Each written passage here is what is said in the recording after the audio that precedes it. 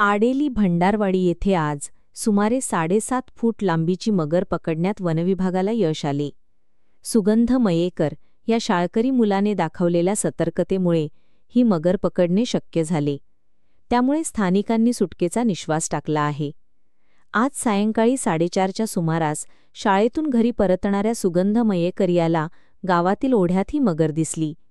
घाबरून न जाता त्याने ही माहिती तात्काळ गावकऱ्यांना दिली. ही बातमी गावात वाऱ्यासारखी पसरली आणि एकच खळबळ उडाली. गावकऱ्यांनी लगेच कुडाळ येथील वनविभागाच्या बचाव पथकाशी संपर्क साधला. माहिती मिळताच पथक तातडीने घटनास्थळी पोहोचले आणि त्यांनी बचाव मोहीम सुरू केली. अनेक तासांच्या अथक प्रयत्नानंतर अखेर या 7.5 फूट लांब मगरीला सुरक्षितपणे पकडण्यात आले.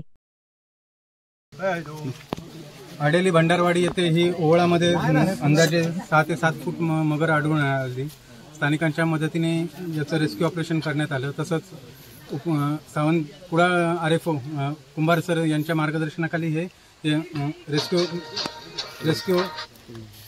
रेस्क्यू पूर्ण करण्यात आला.